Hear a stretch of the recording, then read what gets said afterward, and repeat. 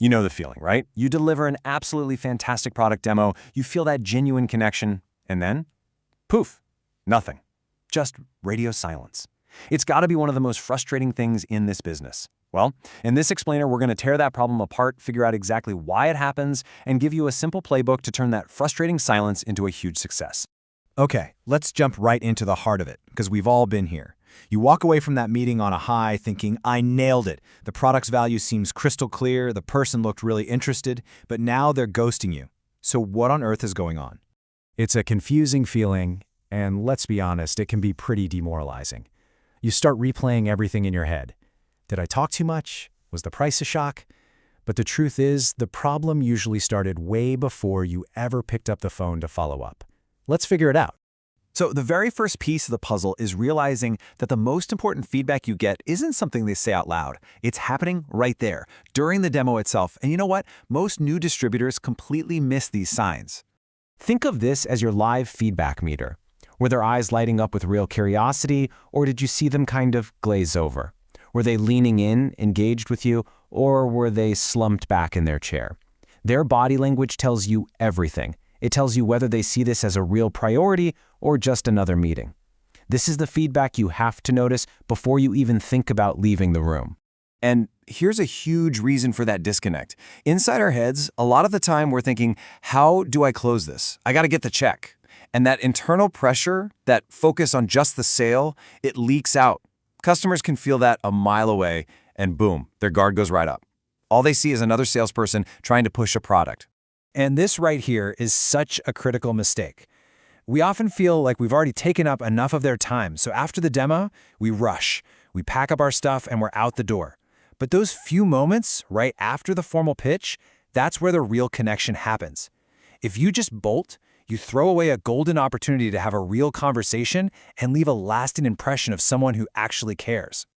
All right, let's move on to the second major reason for that post-demo silence, the price.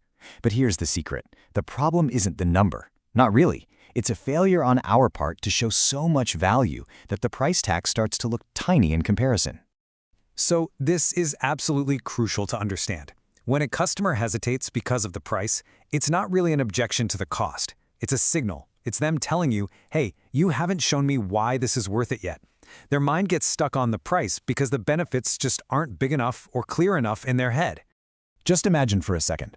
What if during the demo you sat down with them and actually calculated the long-term savings together? What if you showed them, black and white, that with the health benefits and replacing other things they're already buying, this one single investment is actually giving them over 3 lakh rupees in value over time? I mean, when you frame it like that, the initial cost stops being a huge wall and starts looking like a small step. Okay, so we've diagnosed the main problems. Now let's talk about the solution. And it all begins with a really fundamental shift in your entire approach. This is about changing your mindset from making a sale to building a real connection. This is it. This is the single most important idea to really get in your gut. When a prospect is making a decision, they're not just deciding about a machine. They are deciding about you. They're asking themselves, do I trust this person? Do I like this person? Do I want to be in business with this person? Just let that sink in for a minute. The product is what gets you in the door, sure, but the bond you create is what actually closes the deal. If you can build that genuine relationship in that first meeting, that person will find a way to make it work.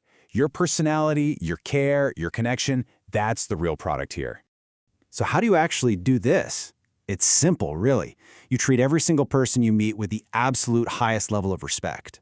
Make them feel important, valued. When you give someone that $1 million customer treatment, I mean, you're listening intently, you're honoring their time, you're showing you genuinely care. They feel it. And that feeling opens doors a slick sales pitch never could. Okay, let's get tactical. What do you actually do when a prospect has already gone silent on you? Here is a simple 4-step playbook you can use to re-engage them respectfully and effectively and get that second meeting on the calendar. See how this works? This whole approach is designed to completely disarm them. You're not playing games, you're being upfront, you're not being pushy, you're literally giving them an easy no. You're not asking for a huge chunk of their time, you're respecting it. And finally, you're giving them a really compelling reason to say yes by creating just a little bit of curiosity.